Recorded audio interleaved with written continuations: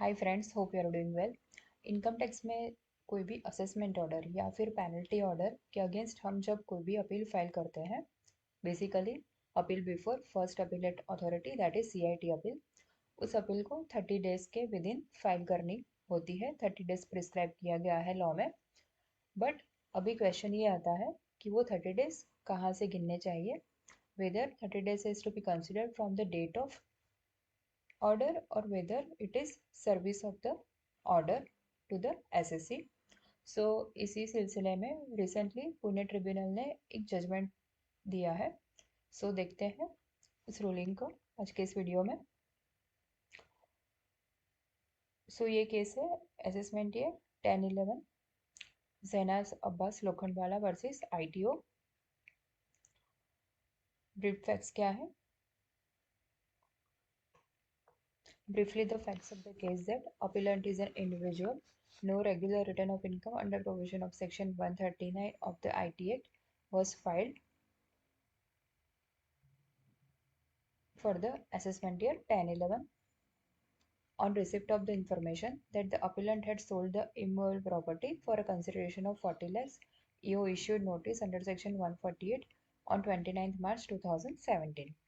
In response to the notice under Section 148, notice under 142(1), appellant had not caused any appearance before AO. In circumstances, AO proceeded to complete the assessment to the best judgment under Section 144 by bringing the tax to entire sale consideration of 40 lakhs।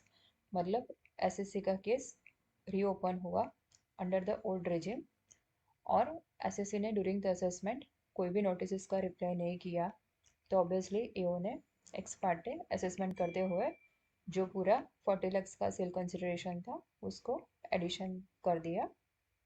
Now this appellate SSC wants to file an appeal before CIT appeal. Being agreed by the action of the AO, an appeal was filed before NFSC, who while impugn dismissed the ex parte without condoning the delay of 167 days in absence of any prayer for condonation of delay। मतलब यहाँ ऐसा कहना है, NFSC ने जो appeal file की SSC ने उसको खारिज क्यों किया कि 167 का डिले था, और SSC ने कॉन्डोनेशन ऑफ डिले की भी कोई रिक्वेस्ट नहीं की थी। जनरली हम कोई जब 30 डेज से ऊपर अपील कोई फाइल करते हैं तो कॉन्डोनेशन ऑफ डिले की रिक्वेस्ट हमें उसके साथ फाइल करना कंपलसरी है, अदरवाइज आपकी अपील डिसमिस होनी है। तो ऐसा ही इस केस में हुआ कि NFSC ने जो डिले था तो अपील को डिसमिस कर दिया। Now being agreed by the appellant, it is in appeal before this tribunal. It is contended that the assessment order was received by the SSC on 20th June 2018 as per acknowledgement, which is placed at the page number 31 of the paper book, whereas appeal was filed on 7/7/2018, which is within prescribed limit for filing of the appeal. It is further submitted that there was no delay in filing the appeal before NFSC, thus order of the NFSC to be quashed.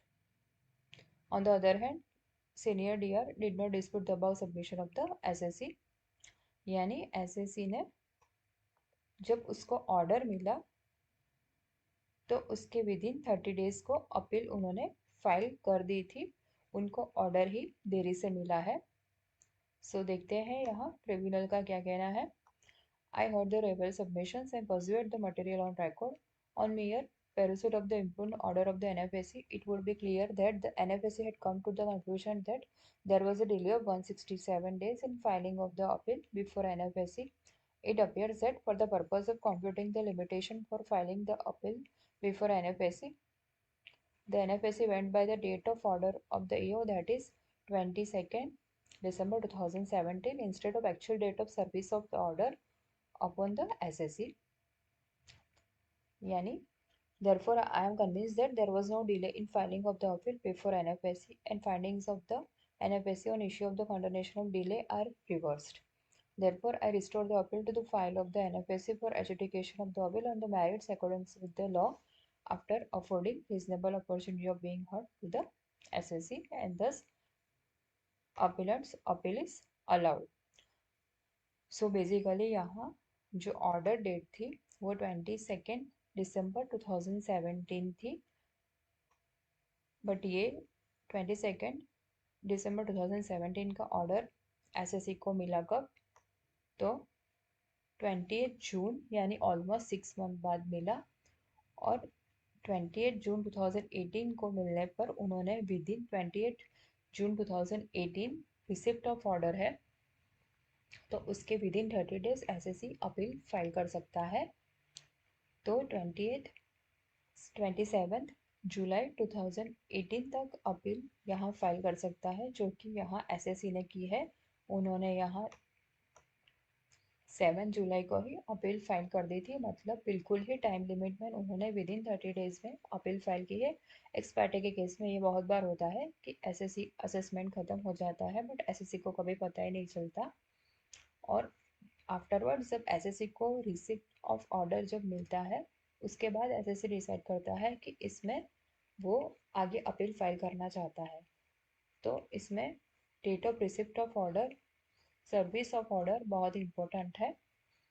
अगर SSC को ये order दिसंबर में ही मिल गया होता या जनवरी में ही मिल गया होता तो ऑब्वियसली 167 डेज का जो डिले था वो उनको कॉन्डोनेशन करने के लिए उसको एक एप्लीकेशन भी देनी पड़ती, और विदाउट दैट एप्लीकेशन एनएफएससी, और जो एप्लीकेशन है उसको मेरिट के बेस पे एनएफएससी एसएससी की अपील एक्सेप्ट कर सकता था। बट यहाँ प्राइमा फेसी एनएफएससी को लगा कि ऑर्डर, डेट ऑफ ऑर्डर और date of filing of appeal है उन दोनों में बहुत ही गैप है, ऑलमोस्ट 6 मंथ्स का।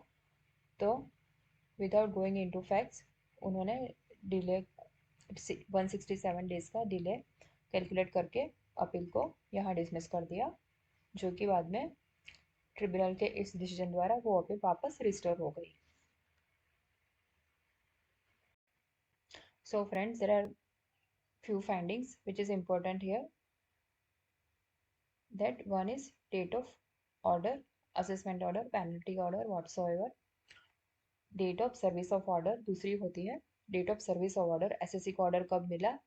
मोस्टली इस केस में तो जो मैनुअल असेसमेंट हुआ था तो एसएससी को पोस्ट के द्वारा ऑर्डर मिला होगा, या फिर एसएससी ने खुद इनकम टैक्स डिपार्टमेंट में जाके ऑर्डर को कॉपी ऑब्टेन की होगी, बिकॉज ये मैनुअल असेसमेंट था। But now after faceless regime generally order email पे ही सर्व होता है एसएससी को, तो जिस दिन ऑर्डर होता है उसी दिन उनको ईमेल से इंटीमेट हो जाता है। So please be very careful while filing your appeal before CIT appeal कि 30 डेज कहीं आपके लैप्स नहीं हो रहे हैं। अगर लैप्स हो गए हैं तो please please please file condonation application along with your form 35, otherwise appeal NFSC यानी नेशनल फेसलेस अपीलेट सेंटर तुरंत ही रिजेक्ट कर देगा।